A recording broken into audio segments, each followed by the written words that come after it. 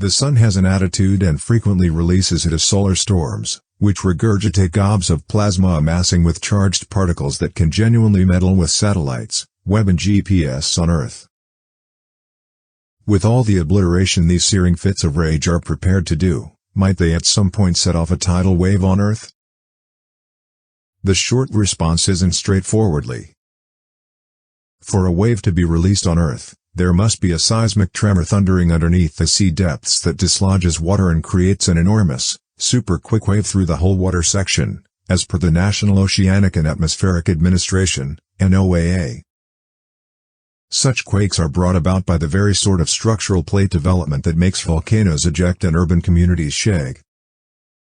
In any case, frightening it might appear for Earth to get thrashed by plasmatic twists from a solar flare, an extraordinary explosion of electromagnetic radiation from the Sun, or coronal mass discharge, a Goliath haze of electrically charged particles from the Sun moving at high paces. Those powers can't straightforwardly make a genuine tidal wave ascend from the lower part of the sea.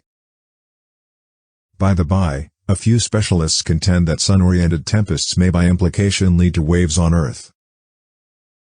Researchers concur that sun-powered tempests can create torrent-type shock waves or sun-based torrents that unleash destruction on the Sun as opposed to Earth, as NASA announced when the peculiarity was gotten by its Solar Terrestrial Relations Observatory, STEREO, in 2006. This shock wave, otherwise called a Moreton wave, was sufficiently strong to pack and intensity hydrogen and different gases in the Sun until the whole star was consuming more splendid. This occurred in just minutes.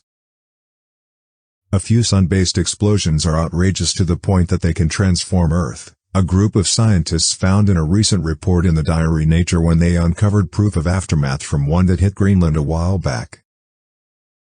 Particles that had been cleared in with a sun-based breeze were caught in ice centers that were subsequently inspected in a lab. This specific significant occasion didn't set off a tidal wave, yet a recent report in Scientific Reports depicted a potential connection between sun-based storms and gigantic quakes on Earth, and tremors are known to cause tidal waves. We found proof for a high relationship between huge overall quakes and the proton thickness close to the magnetosphere, because of the sun-powered breeze. Specialists, drove by Vito Marchitelli, a satellite examination master at the University of Basilicata in Potenza, Italy, wrote in the review. This outcome is critical for seismological exploration and conceivable future ramifications on tremor estimate. Sun-powered storms that influence Earth are the after-effect of sun-based flares or coronal mass discharges, which for the most part happen when attractive fields on the Sun tangle or break. Both detonate with colossal measures of energy and send extraordinary sun-based breezes soaring into space. At the point when the charged particles and sun-oriented breezes arrive at Earth and connect with the ionosphere, the furthest piece of our climate on the edge of the room, they can cause satellite and GPS signs to mess up, as per NASA. However, connection with the magnetosphere might accomplish more than that. Earth's magnetosphere is farther than the ionosphere. This is the region in space encompassing the planet where attractive fields make serious areas of strength particularly, and it is molded by the sun-oriented breeze running into those attractive fields. Marchitelli and his associates recommended that particles in the sun-oriented breeze that hit the magnetosphere could affect the power of quakes. The scientists accept these particles are possibly connected with structural plate development because their power could exacerbate a current aggravation, for example, subduction, in which one structural plate is pushed under another. They contemplated that the more protons were in the sunlight-based breeze that shocked the magnetosphere, the almost certain they were to compound tremors, some of which could set off waves. Notwithstanding, Marchitelli's review didn't look at the number of tidal waves in times of the great and low sunlight-based breeze, so this thought is still a lot of only that, a thought. There is more help for this reasoning. A recent report distributed in the diary Scientific Research saw that quakes expanded during the sun-powered greatest, the time during the Sun's 11-year cycle when it is generally dynamic and probably going to deliver impacts of sun-oriented breeze that twist the state of Earth's attractive field.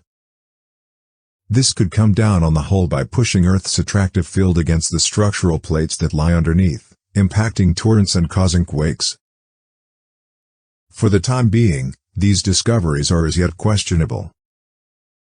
In a 2012 counter distributed in Scientific Research, geophysicists contended that a connection between tremors and sun-powered tempests couldn't yet be demonstrated. The impact of the sun-oriented action on seismic tremors ends up being a tricky peculiarity, they wrote in the review. In this way, sun-powered storms, which are considerably more unnerving close to the sun than on Earth, don't straightforwardly cause tidal waves on Earth. Ordinary structural action proceeds to pay little heed to sunlight-based breeze movement.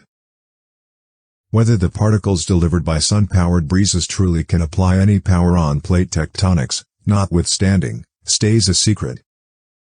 Well, that's it for today. If you enjoyed the video, please hit the like button. If you have any suggestions, leave them in the comments section. And if you enjoy our content, and never want to miss a video, hit the subscribe button. Thank you for watching.